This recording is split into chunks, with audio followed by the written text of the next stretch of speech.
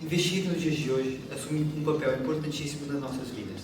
Com a alta inflação, os agentes econômicos perdem cada vez mais o seu poder de compra. Investir pode então ser visto como uma proteção contra os ciclos econômicos. O meu nome é João Regli e hoje vamos falar sobre 4 estratégias de investimento dos mercados de capitais. Antes de começar a investir, é preciso ter em conta alguns fatores, tais como o horizonte temporal, as capacidades de liquidez e oportunidade e, por fim, mais não menos importante, a tolerância ao risco. Cada um desses critérios e fatores irá desempenhar um papel importantíssimo no que diz respeito à escolha da melhor estratégia para se investir nos mercados de capitais. A primeira estratégia da qual iremos falar hoje é o Dividend Investing. E como o próprio nome indica, investir em dividendos significa investir em ações de empresas que distribuem os seus lucros sob a forma de dividendos. Um exemplo, se comprarmos 100 ações de uma empresa cujo preço é 10 euros e essa empresa distribui o lucro de 50 cêntimos por ação, acabamos por investir 1.000 euros e receber 50 euros em dividendos por cada ciclo de distribuição, normalmente trimestralmente. Os dividendos podem ser utilizados para fazer face às nossas despesas atuais ou para comprar outras ações, novas ações, com o intuito de receber mais dividendos, criando assim uma nova fonte de rendimentos.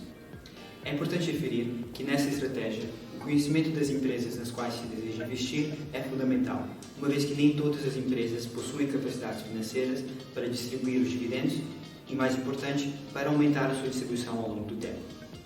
Além disso, algumas empresas podem optar por não distribuir dividendos e reinvestir no próprio negócio como estratégia financeira. Por fim, é importante lembrar que em Portugal os dividendos são tributados em 28%.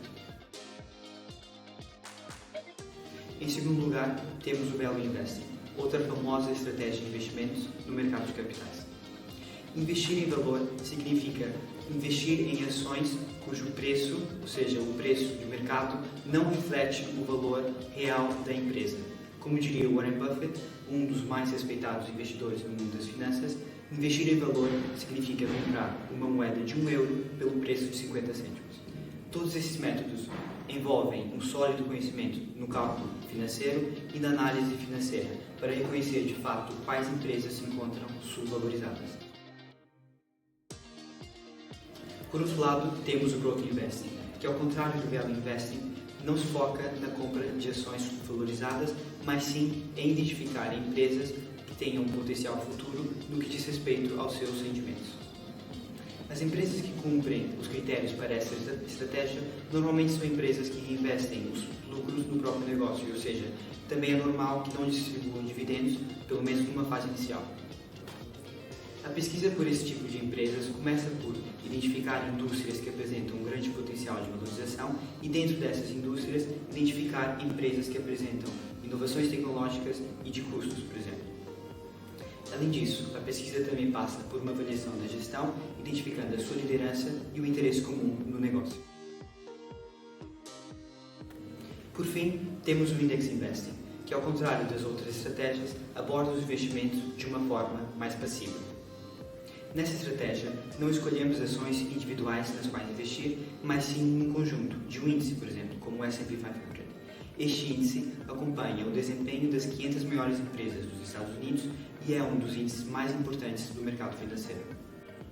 Existem ETFs, Exchange Traded Funds, que são cotados em bolsa como ações cujo objetivo é replicarem a performance do S&P 500 ou de outros índices do mercado financeiro. Essa estratégia pode ser utilizada por quem não possui conhecimentos ou tempo para escolher ações individuais e, mesmo assim, deseja investir nos mercados de capitais.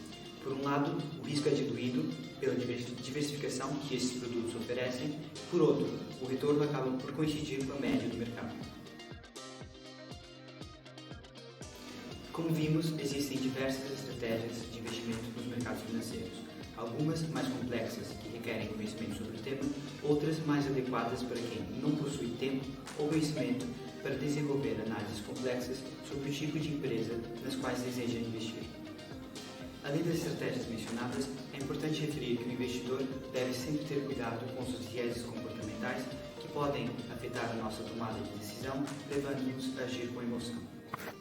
De fato, o mercado financeiro é um ótimo lugar para a criação de riqueza a longo prazo, Por isso, temas como esses são importantíssimos na nossa vida atual, sobretudo dirigidos à comunidade estudantil.